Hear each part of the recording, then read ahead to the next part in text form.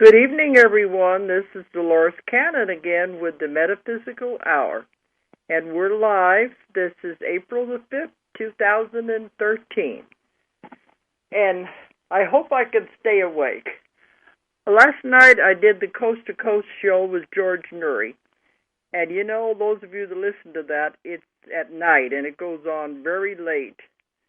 I didn't get to bed till 4:30 this morning. But, you know, he goes all over the world. They kept advertising on the show, this is the show that never sees the light of day, because they're on at night. So that was a long night, and I didn't get a lot of sleep, so I've been trying to stay awake, so I'm not going to fall asleep during this program anyway.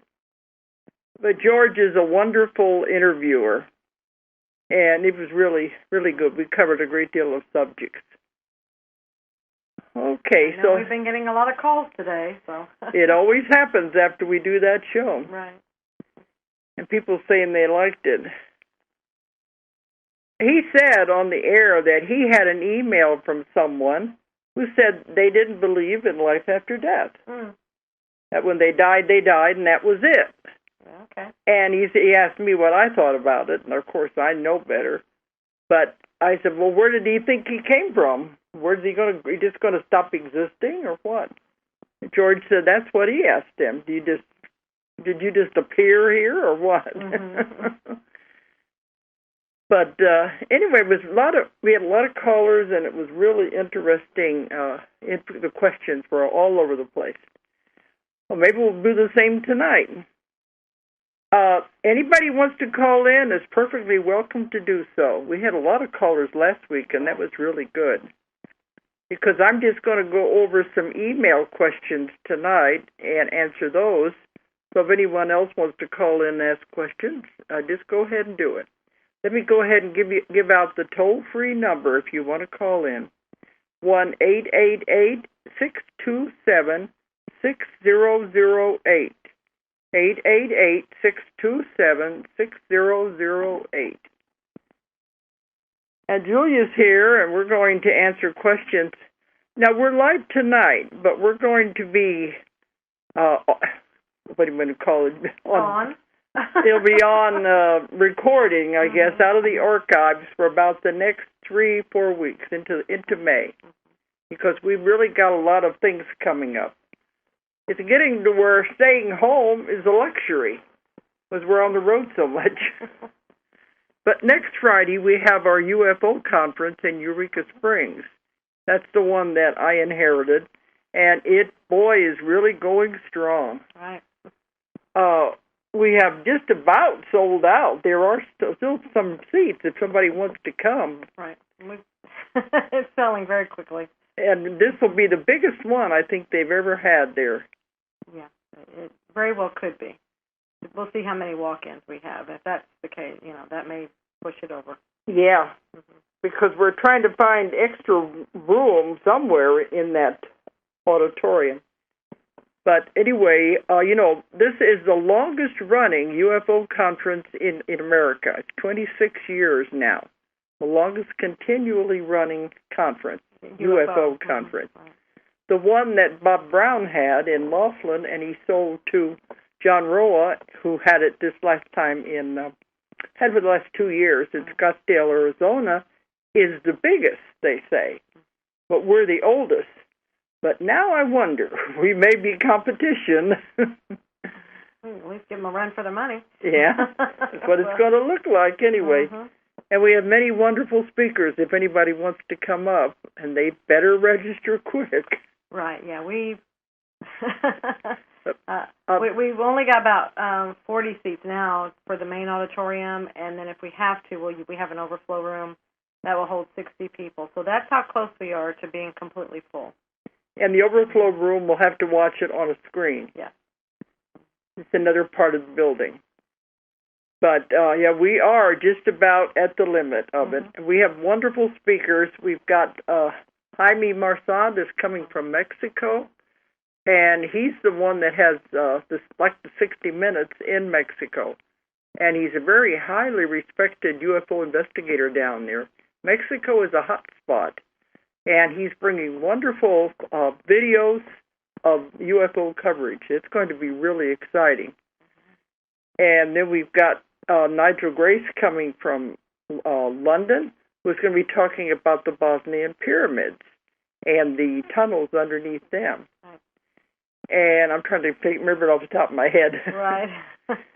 And Jeff Wilson is going to be talking about the crop circles in America, showing pictures of those. We've been so used to all the history of the UFO conference. It's always been crop circles in England. And I really didn't realize there were so many right here in the United States. So he's going to be covering that and showing pictures of that. Mm-hmm. And then we have Ted Phillips that's going to talk about this thing that he discovered, and he's been investigating it for many years. He found it in Slovenia, inside a mountain. It's like it's a craft. And the mountain has grown around it, so you can get an idea how long that ship would have been there. And I think they said they found a way into the ship. But he's going to be talking about the research he's been doing for a long time on that, because you can't just walk in there. It's very dangerous territory where this is located. And so he always had to go by himself, afraid somebody would follow him to find this. But it's way out in the middle of nowhere. So he's going to be talking about that. Mm-hmm. Then we have Larry Sikander. I can never remember how to pronounce his name. He's the one that has the Bob White object that fell off of a UFO. And it's been analyzed as being extraterrestrial. He's got to have that there, and he's going to show that. I think when they say, well, they probably said it's been analyzed as not earthly. So does that mean, how do they know? They just said it didn't come from Earth. Exactly, it's not earthly. It's rather than, they didn't say definitely it was extraterrestrial, did they? They just said it was not of Earth. Well, extraterrestrial means off Earth, I guess, that name, doesn't it?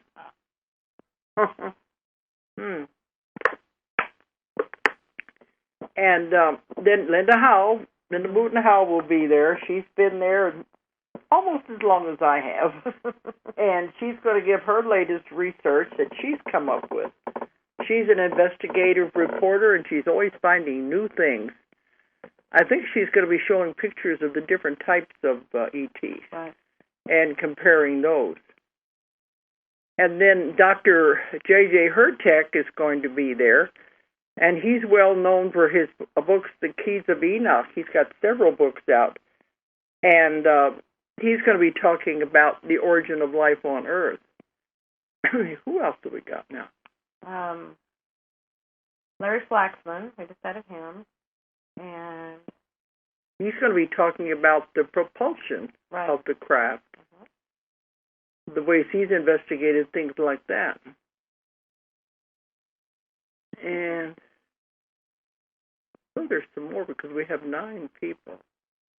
9 speakers. Well, you. Oh, well, yeah, but I'll be there, but I'm always there anyway. Yeah, but this time you'll be speaking. So. Yeah, but, I spoke last year, too. For the first time. There. Last year, so I said, for the first time. First time at that one, yeah. Mm-hmm. So, we're going to have a really good lineup. Mm-hmm. We've already got 3 speakers for next year. Everybody's wanting to come into this. So anyway, I guess it's something that'll be ongoing and continuing. We'll have 2 conferences every year. This one and our one in July, the Transformation Conference. But this is this Friday, so we'll be going over there in Friday, Saturday, and Sunday in Eureka Springs, Arkansas, the middle of the beautiful Ozarks here. So if anybody wants to come, it's going to be a really good show. Absolutely. Yes. And we do have the UFO contest still going on.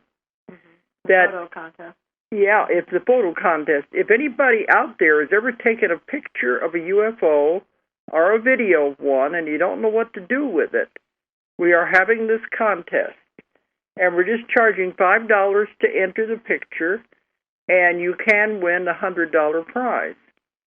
And, of course, the money that's paid in goes into Lou Parrish's trust fund. Right.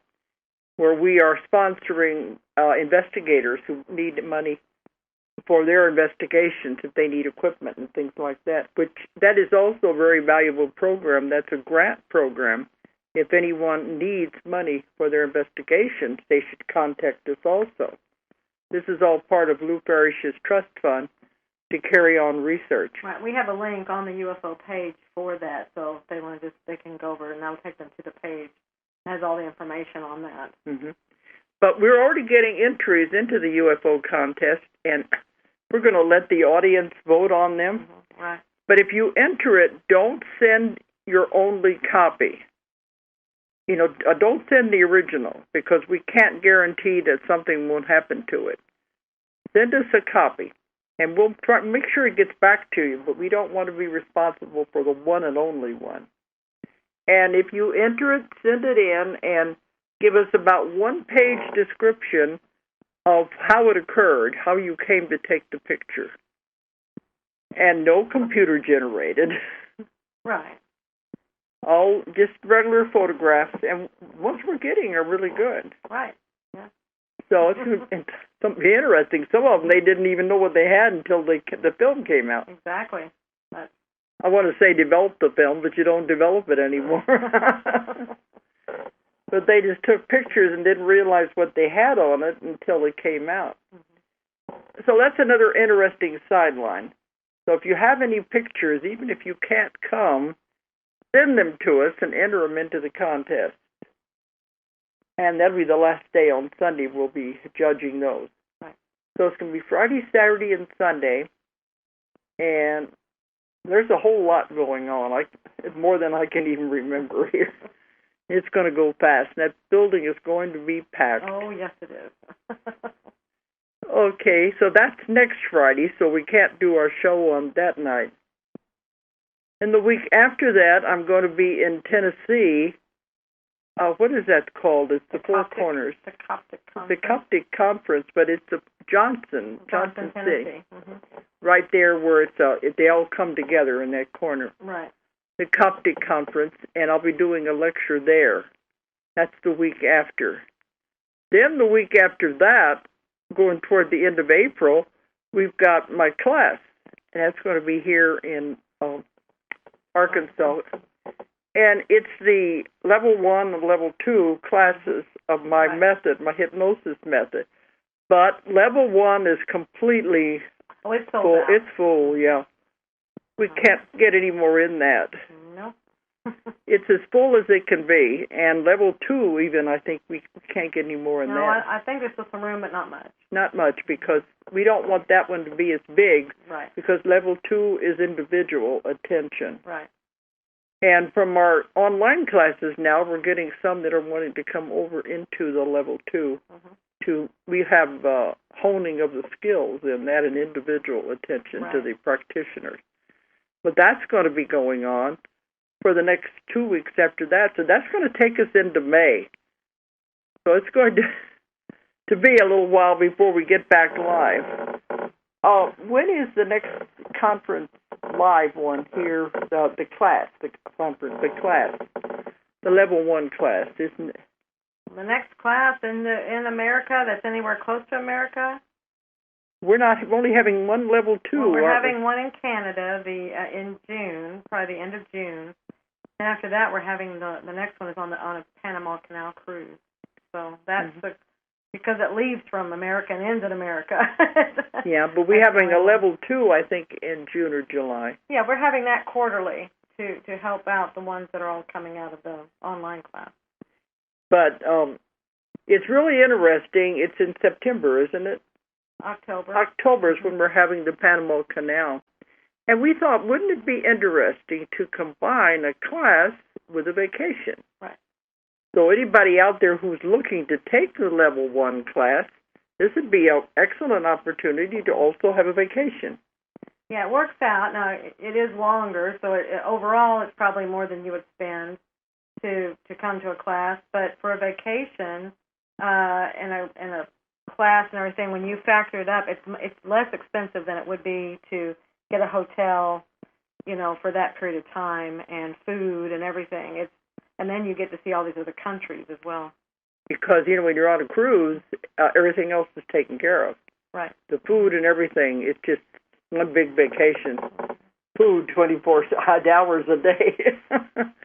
But I think it begins in San Diego. Yeah. And then we go down through the Panama Canal, and we're stopping in South America and Mexico, and it'll end up in I think it's Miami or Fort Lauderdale. I think it's Fort Lauderdale. And that's on the end. But it's almost, 10 days? Or 14 days. 2 weeks.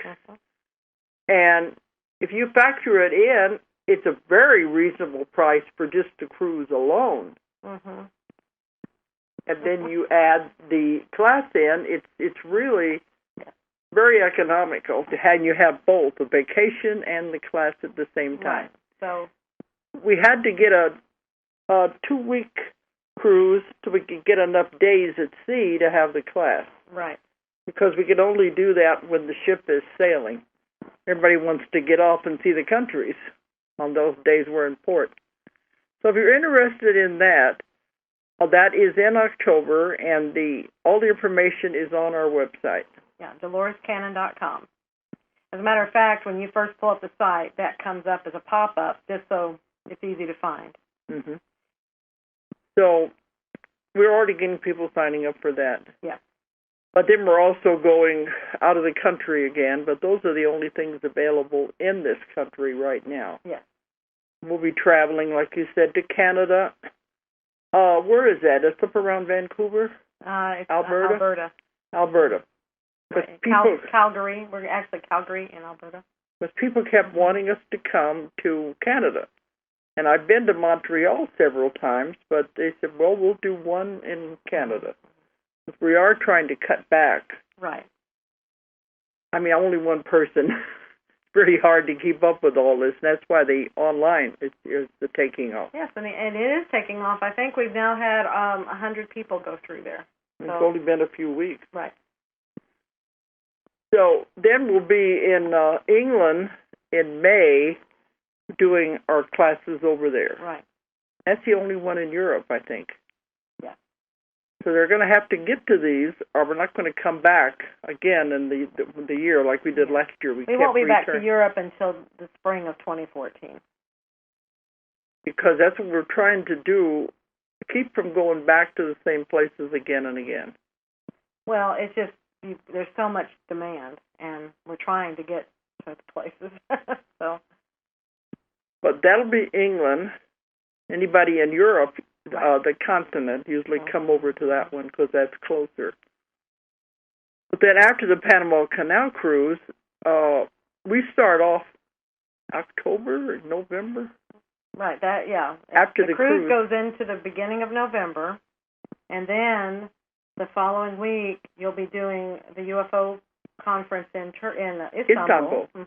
Yeah, because Haktan wanted me to come back for that when I did the 2-day seminar over there last month. He's having a huge UFO conference in Istanbul, and it's about the biggest one in Europe because he is the only UFO museum in Europe. So I told him I'd come back for that. Then we will leave from Istanbul and go to Beijing, having some more classes there, and then to Taiwan to have classes. Right. Japan, and then down into Australia. Sydney. We're just going to do one city in Australia this time. And then after that's over, it'll be December. Right, and actually you'll be here for Christmas. You left a part out. South America. Yeah, September we're going to do Mexico and maybe 2 cities in South America. Yeah, that's right. I knew I was leaving something out. Right. So every month from here on, we're going to be doing something. Pretty much, yeah. But they want us to come to South America, and Argentina is definitely in. And we're looking at Brazil. And Mexico is definitely in. So we'll be going down there and giving those classes in September.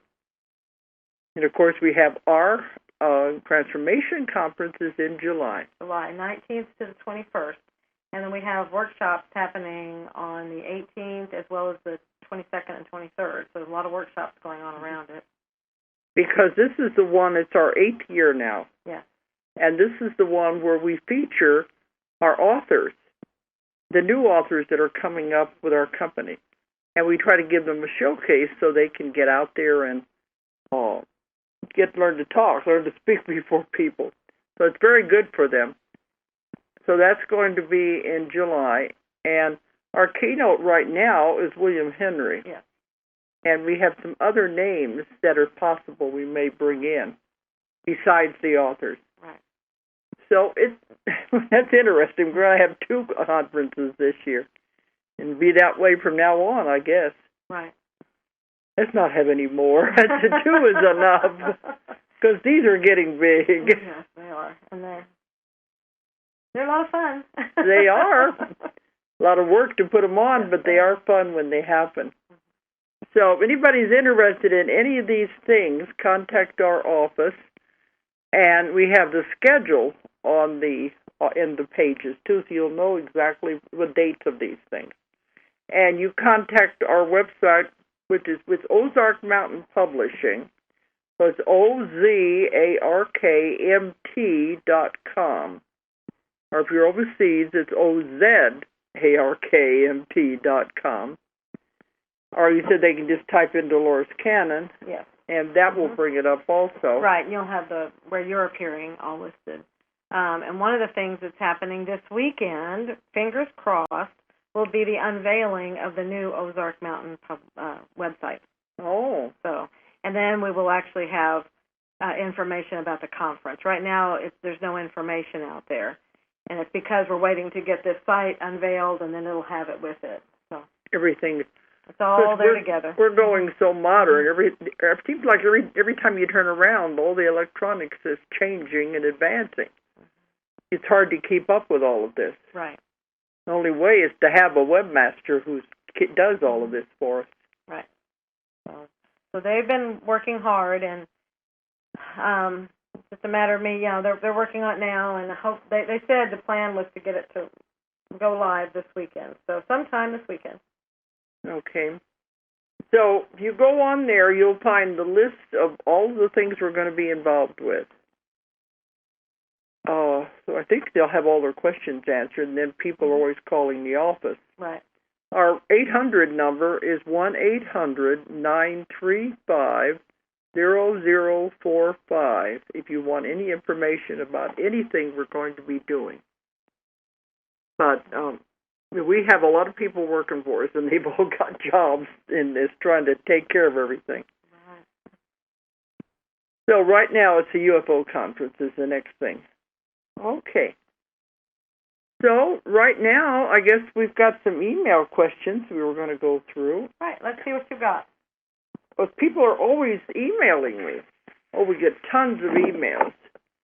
And it's very difficult for me to answer. We get so many. And I told them last night on the Coast to Coast, I do read the emails, even when we get thousands coming in. I do read them. I just don't have time to personally answer them all. So once in a while, I'll pull some out and think we can use them on the show. Right, because they're good. Sometimes they've been asked by several people, and so that means, okay, this is a good topic that people want to know about. Yeah, and some of them I think I've answered, but I guess I haven't if they keep bringing the question up again. And sometimes they'll say in the email, can you answer on the air if you can't answer by mail? Okay. This is an interesting one. Whenever I've seen footage of an abductee, it's always a white person. I'm a Hindu with origins in India. Have you had abduction reports of people from other cultures? Do Indians, Chinese, or black people claim to have abductions too? If so, are their experiences different in any way? Betty and Barney Hill were black, weren't they? He was black. Oh, okay. Uh-huh. That was the very first case that ever was reported, and it got the whole thing started back then. And, yeah, he was black, and I can't remember because I have people of every race imaginable coming to my office, and it doesn't seem to make any difference. They all have the same experiences, the same reports. You've had them where they've had the abduction or the visitation experiences. Yeah, because they don't like the word abduction. Right. I don't remember Hindus. I have people coming to my office that are Hindus, but I don't remember UFO cases with them. Right. But I can't see why it would be any different. No, it shouldn't be. No, I imagine it's, because if they're one, they're checking in on their own, and then two, they want their own. This is to raise the energy and the vibrations unilaterally around the world. So it's not, you don't. It's probably proportionate to what's coming in. Okay, I was wanting to say to the population, so you'd have more like ratio to the population, but they're actually, it has something to do with the land mass. That's interesting. Land mass. Well, it would make sense. India is a huge country. You just can't leave them out altogether. They would have to have the same monitoring going on and visitations to check on the people. It's like they have to check all the different areas to see what effects everything is having, in the different areas. So. Yeah. So I don't see any discrimination. Maybe on the movies and the TV, it always shows white people, but I don't think there is any difference. Probably not. Yeah. Okay. We don't know that to be certain, but probably I don't see why it would be. It would make sense. Right. Mm-hmm. Okay. We've got several here about ETs. That's why I thought we would answer those first. This one has a little strange, I don't know where they ever got this idea. They said,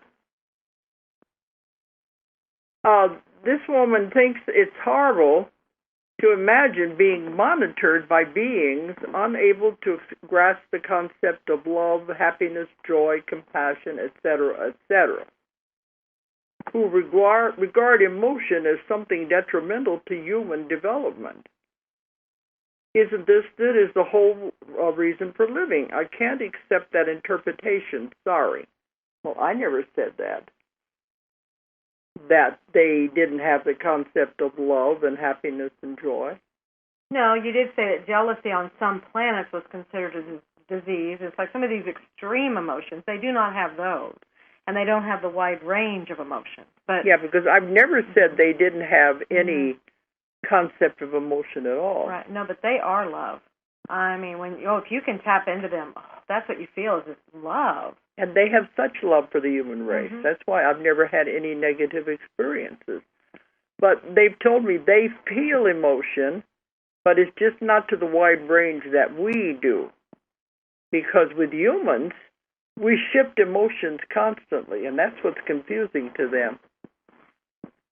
That we can go from love, hate, sadness, jealousy, rage, we can do all of that just shifting one after the other very quickly. And it's amazing to them how we can change emotions so fast that they have a hard time keeping up with it. That's what's confusing. But to them, they do experience emotion, but only one at a time. And it's probably, you're right, the extreme emotions are frightening to them because they don't understand it.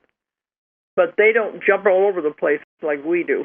If you think about it, and it's what we're going to, when you're in the middle of a situation and you're reacting to everything, you have all these emotions. But when you're able to pull back and look at the bigger picture of it, you remove yourself to some degree from the emotions. You still have some, but you don't have all that extreme stuff going on, that gut-wrenching stuff. That's kind of how it is. They are just pulled back to a degree where they can have a different aspect of the emotion. It's just lesser. It's still love, but it's not the dying passion, all that stuff, But they do have it. And also, they don't experience fear like we do. That's what they said. Fear is strictly a human emotion, and it really confuses them. They said fear is an illusion. Right. And that's what really they don't understand when we are afraid of them. So that's why they have to, when they're having the abductions, to do it in a way that the person will not remember, because they don't want to upset their lives. When you think about it, when you have the big picture again, you see the grand scheme of things. So you know what the whole thing is. You aren't afraid of something because you know everything going on. Why it's happening. Right, but when you're in it, if you're down on the trenches, and you could just see one step ahead of you, you can't see all of that. We tend to be afraid of what we don't know and what we can't see. Yeah, so that's the difference there again. They can see things. So we're always afraid of what we don't understand. But I don't know where this person got the idea of this. It's horrifying to imagine beings being monitored by beings unable to grasp the concept of love and happiness. Now, the only thing is like the little grays, because they're that robotic, biological, they don't necessarily, they're just workers, so they may not necessarily have the They're emotion. not programmed by Right. to experience that. But anyway, I didn't say that, so I don't know where they got that, but they may have got it somewhere else anyway. I just heard whenever you were saying not programmed, and they just said, we are programmed to help. Okay, that's the little guys, little guys, and they're programmed by the big grays on the ship. Okay. This is sent by somebody in Brazil, Rio de Janeiro. Rio de Janeiro. Yeah, I can't talk right now. I still have hangover from last night. Okay. Anyway, she said, I'm from Brazil. And she did say here, don't ever think you talk to the walls. Because I did make that remark a lot in the beginning. Yeah, now you talk to me. They don't talk That's why I brought her in, so I have somebody to talk to. Otherwise, I'm just talking to the walls. And unless we got callers, I don't know if anybody's even listening. So I said, maybe I'm just talking to the walls. But she said here, don't ever think you talk to the walls. You see, I'm in Brazil, South America. Okay, but this is what she said. I had a very strange experience. I woke up about 5:30 a.m. feeling a presence in my room, and with my eyes closed, I saw an alien near my bed who said telepathically, don't worry, what I'm going to do is for the growth of your understanding. And he pointed at me a kind of metal pin, and from it came a white ray that caused me from the head to my feet, that caught me from the head to the feet, and after that my whole body pulsated.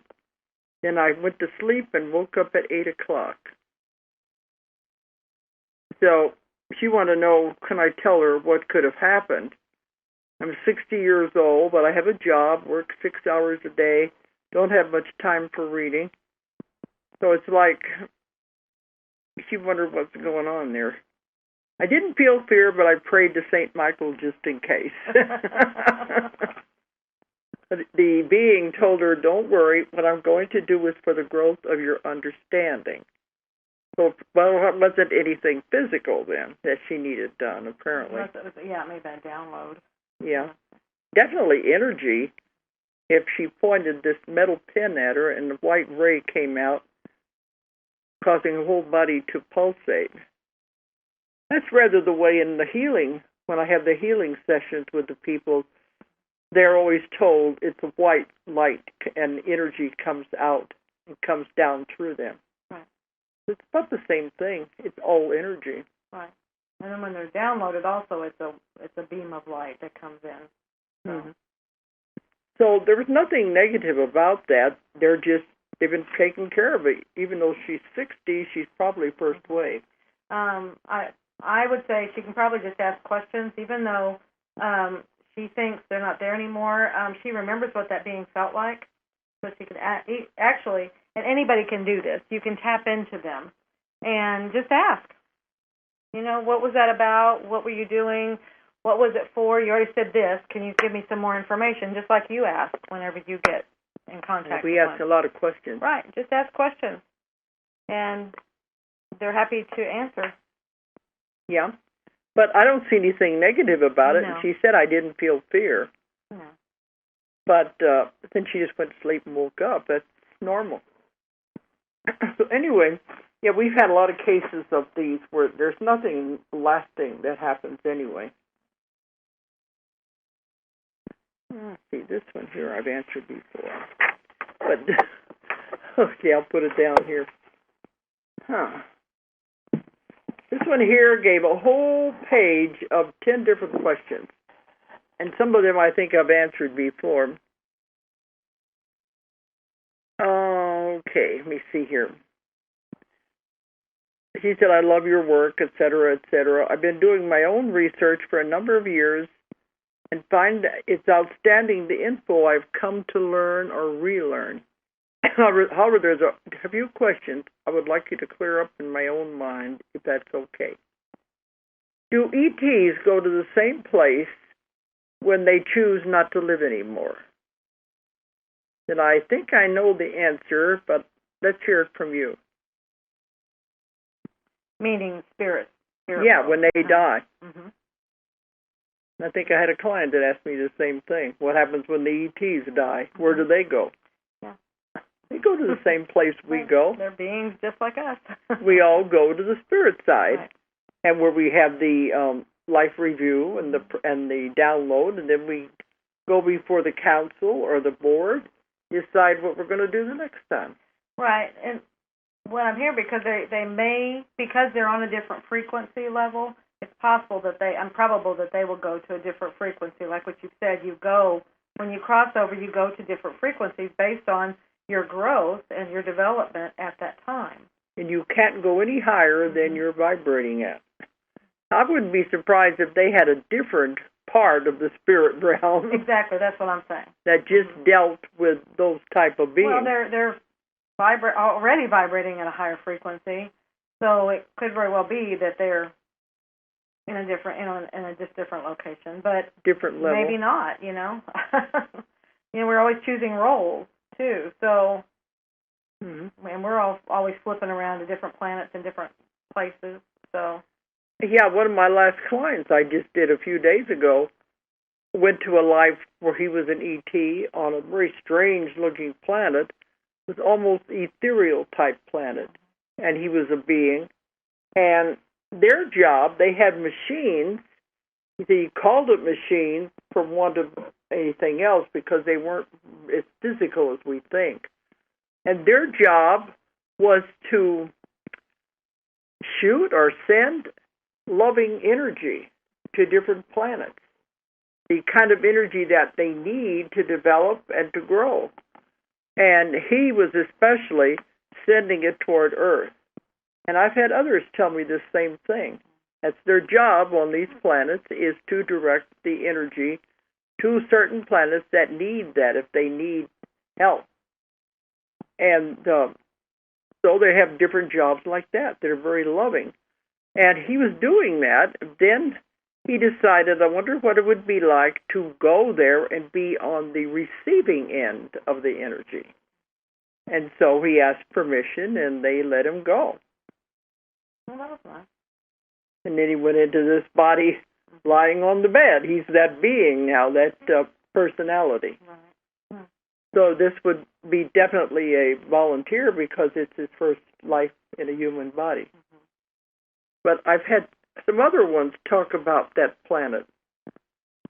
There may be other planets, too, where their job is to send a special type of loving energy. And I asked them, wasn't that interference? And they said, no, we send it out, then it's up to the beings whether they accept it. And that's how you do it when you do energy work. You can send love. It's the same thing. That was one of the first things I was taught, or something. I don't know if I was taught or I learned it later. But you send energy out to people, and it's up to them to receive it or not. They don't have to. It can just go on by. Mm-hmm. But it's whoever wants to receive it will. Well, that's what they said. It's going to, for instance, the planet Earth. Mm-hmm. Not everyone would be affected and changed because some of them don't want to receive it. Right. They aren't open to it. So it would only go to those who were open to receiving, and then their life could be opened up and changed. So that way it's not interference. Right, and something that's coming, and it was interesting, was it's something you say in your lectures.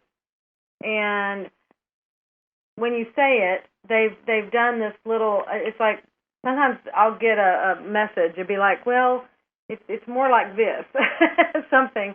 And this is along the same line. When you said, the call went out for the volunteers, they said Earth is in trouble. Well, what they've said is it wasn't Earth that was in trouble. It's the people on Earth that was in trouble. Yeah. Not Earth itself. She's doing her job just fine. She's moving along. She may be limping because of all the stuff everybody's doing. All the junk. But she's not in trouble because she can easily, reverse what's gone on and everything. And she's shifting. She's going to do it. It's the people that needed the help. She's going into another incarnation. Yes. Yes. And if people want to go with her, they have Right. to change Right. their vibrations. Mm-hmm. But, yeah, that's a good way to put it. Yeah, it was the people that were, not realizing, they have to shift. You have to shift your vibrations if you're going with her. And it was they were stuck. So that's where the new vibrations had to come in just to help them understand that new vibration. Because they had no examples. Mm-hmm. I feel like we do better when we have examples before us. And then we raise our vibrations. Mm-hmm. So that was interesting now that this is going to be in some future books about these planets where they are sending the love energy out. Well, but that's great. It's going to other planets too, but Earth especially needed it. So he decided, let's go and see what it feels like. And he said when he was leaving, the one he asked on that planet, they said, good luck. You don't know what you're going into. Why do you think we're sending love there? you sure you really want to go? Right. I think there's... Was there a caller? Yes. Oh, okay. But I didn't hear it. She heard it. Go ahead. Hi. Yeah? My name is Amy. Hi, Amy. Amy. I have a question. Hi. Go ahead. Okay, I have a question. I've heard you on a radio program, and you had mentioned, I think it had to do with the fact that people would ask questions, wondering what their purpose is on Earth or something like that. And I don't know if you said specifically indigos, but you had mentioned that that they're kind of act similar to like an antenna, so wherever they go, that energy is connected to that area. I don't know if that makes sense, but that's kind of the way I understood what you said. The second wave, which are like antennas. Oh, yeah. Mm-hmm. I didn't get that word she said. Okay, so what was the question about that? So the question is, now granted, I haven't had a car for several months, but I've just had the urge to walk around a lot, and I'm really enjoying that. And I'm wondering if that's partly due to the fact that maybe my energy is needed in different areas. Yeah, because that's what we say. The second wave are like antennas, generators, channels of energy. Channels of energy. They are being sent this loving energy, and they're supposed to be spreading it. Now, they don't know they're doing it, but you could even walk into a crowd of people, like in the mall or stores, and everybody that you come in contact with is affected by that. So I imagine if you're just walking around, the energy is affecting everyone. Right. It may very well be, because when you're walking out like that, you don't, when you're in a car, you have a barrier around you. Yeah. Where when you're walking, it may very well be while you're in that position, just to spread it around. Do you smile at people a lot? And when you're walking, you interact with people. Right, that's what I just got. I see you smiling at people a lot. Do you? But now, and what is? I'm kind of quiet, but I have been. I do a little both. Like I enjoy people watching, but I have been interacting with people a lot. Like I'll compliment their clothes, or if I see something, I might, ask a question, or if I see something that they have that reminds me of something, I'll bring it up. Uh-huh. Yeah, that's important. That's really important. Well, they've said that just smiling at somebody really means a lot. Right. It can make a difference in that person's day. Mm-hmm. But just spreading loving energy like that, that's what you're here for, and it really makes a difference. Yeah, I'm not, I'm positive when I interact with the people, but I'm not like a smiley, like lovey-dovey kind of person. Scary smiley person. No, I'm not. I mean, I do smile, but I'm not. That's what second wave is supposed to do. Just be and be generating positive energy that really affects people, and it's good. Yeah, you touch them more than you realize. Pardon me? You said you touch them more than you realize. Yeah. You're affecting them more than you realize. Right. And specifically, what is the second wave? Specifically, what is the second wave? Well, they came in for that purpose, to spread the energy, the positive energy that's going to help change the world. Right. All of the waves are doing that. It's just they have different ways that they do it. In the second wave, it's their antennas, their channels of energy. They're just bringing it in, and the way I always see it is like it comes in, and it just goes, it just swooshes out of them across all the planes. But is it a certain age group, or? Oh, yeah. So she doesn't know about the waves, apparently. Is it a certain age group? Oh, how old are you? Oh my God, I lose track of my age. There you go. 44, 45. You're there. That's the second wave. That's second wave, yes. They're 20s, 30s, into the early 30s and 40s. Their 20s are now the... Okay. They're like the very last end of the... new children, yeah. Right. Oh, you're definitely one of them. But one of the problems with the second wave is that a lot of them don't like people. They'd rather stay home and work at home and not have anything to do with people. Even though that's your job, is that energy. Are you like that? I definitely... No, I like to get out. I mean, sometimes I end up staying in because I kind of get overwhelmed with a lot that's going on in the world or whatnot, but I love getting out, even if it's just for people watching. But I do enjoy interacting with people. But when I was young, I was incredibly shy. So over the years, I've, gotten over that.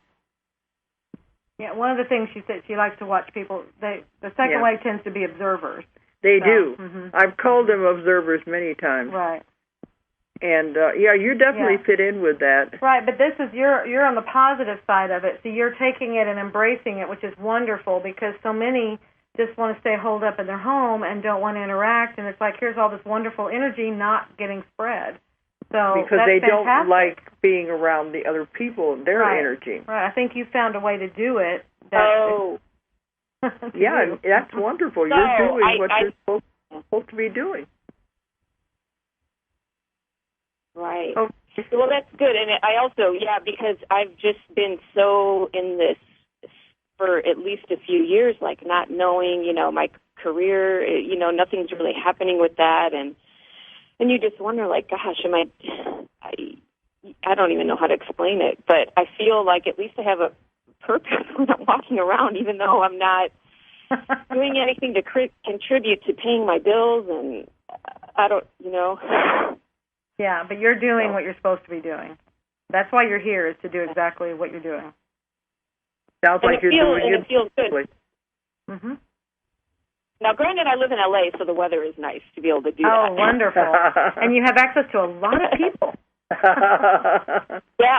Definitely, especially where I live. I mean, it's just well, keep doing what you're doing a good job. Oh, well, thank you. Okay, and thanks for calling in, Amy.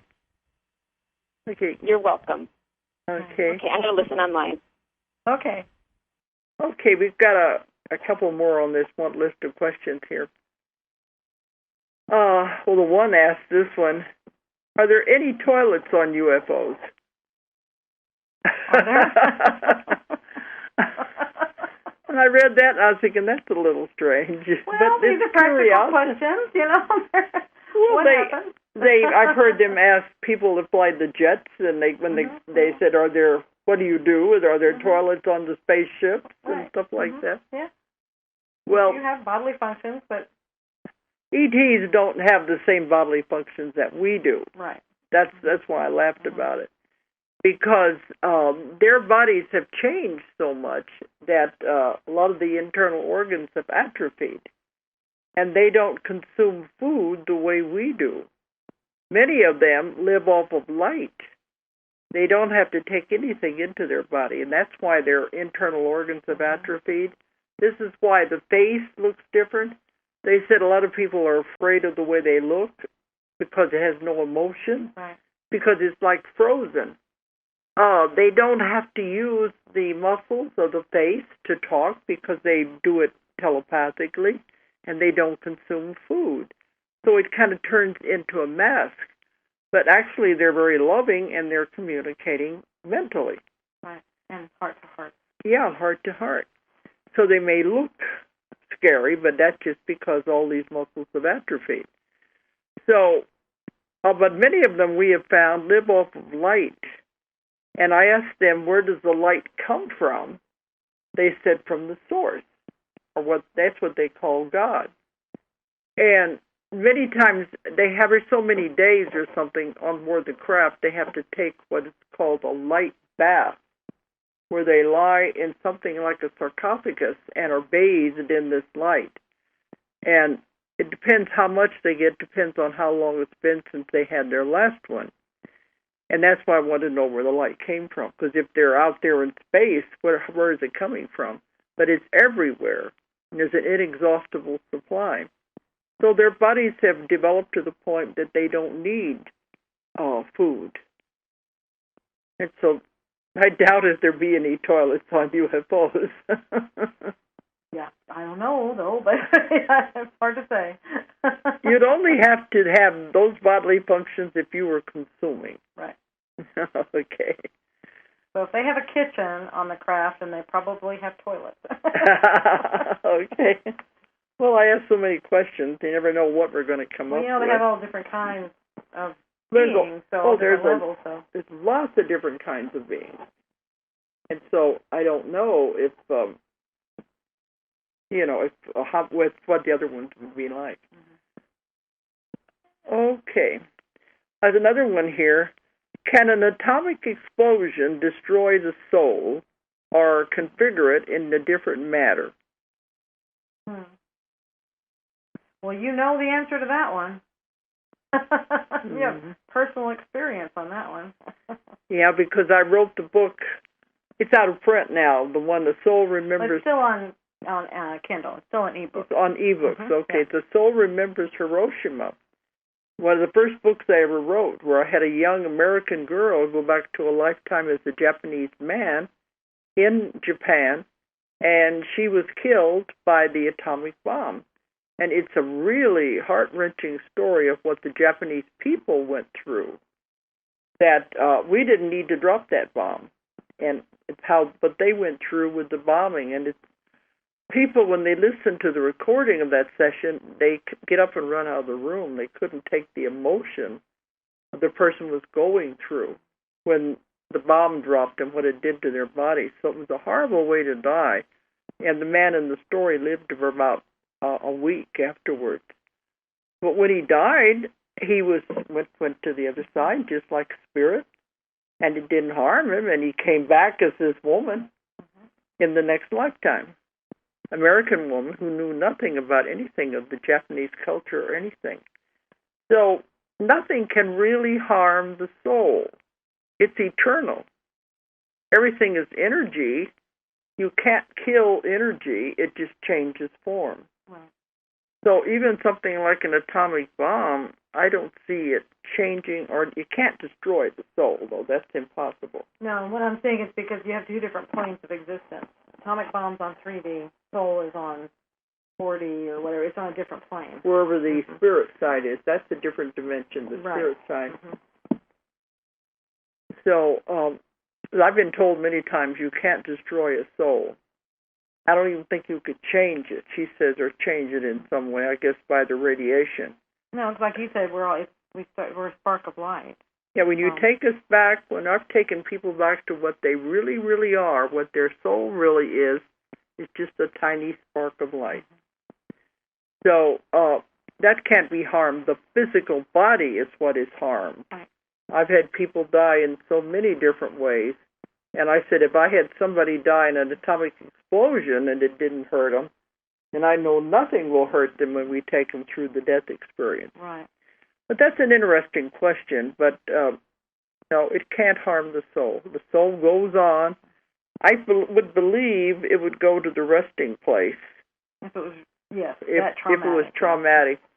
The resting place on the spirit side, where somebody dies of a traumatic experience, they would go there to rest. They wouldn't come back into a physical body right away. So that would be a way to do that. Sometimes they stay there for quite a while to get over it before they get back on the wheel of karma. Right. Well, it looks like we're coming to that time again, and I'll save a lot of these other questions until the next time. Right. That sounds good. It gives us stuff to do. And we're going to have a lot to talk about when we come back because we've got all of these conferences and things coming up. And I may be having more guests, too. Right, yeah, before the next conference. Yeah, because there wasn't a lot of time after we came back from Turkey to have people for the UFO conference come on. Well, we're hoping you all can join us at these conferences. We'd love to meet you. You know, that's why we have them, so we can bring our speakers and us together with all of you, because we love you. We want to meet you. And we try to get information out to as many people as we can. That's the whole idea. Right. Share the information. And we believe in the positive, not the negative. Okay. So it looks like we've come to that time again. So I want to thank everyone for tuning in tonight. And you have a nice... we were past Easter. I can't say have a nice Easter. That was last weekend. Yeah, we're into spring now. Have a happy spring. Okay. And we'll be back in May after we have these other things going on. So have a happy life, everyone. And good night. Good night. Make it great. Thanks for listening. If you enjoyed the show, check out more of our other videos and be sure to subscribe and click the like button. Thank you for listening to the Metaphysical Hour with Dolores Cannon.